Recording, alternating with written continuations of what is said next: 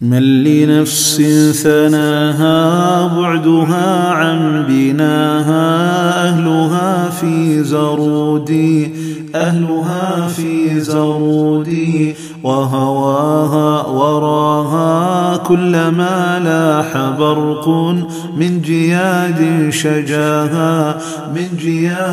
شجاها فبكت واستفادت راحة في بكاها وتراءت بنجد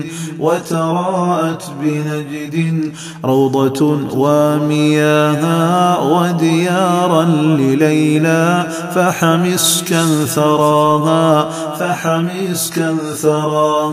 وزمانا يصافي رمة ولواها ليت ليلى رعت في